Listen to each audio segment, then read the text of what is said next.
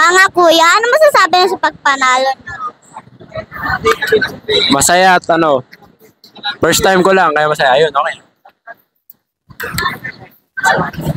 Masaya din kasi last year natalo ako. Pero ngayon panalo na. Thank you po mga kuya. Ate, ano masasabi mo sa pagpanalo?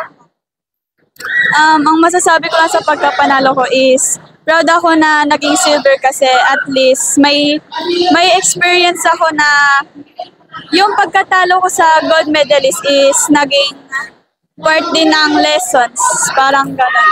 And proud din ako na maging silver and babawi na ako next year.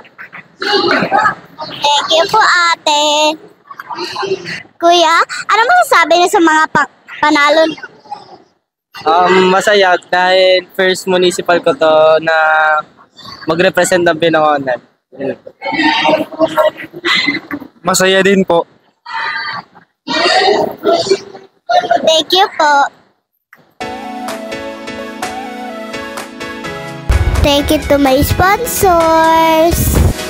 Cafe Amarela, Mac Inasal, Protect Sports Philippines, My Kate Angela, Management Family. Thank you so much. Bye-bye. Love ya.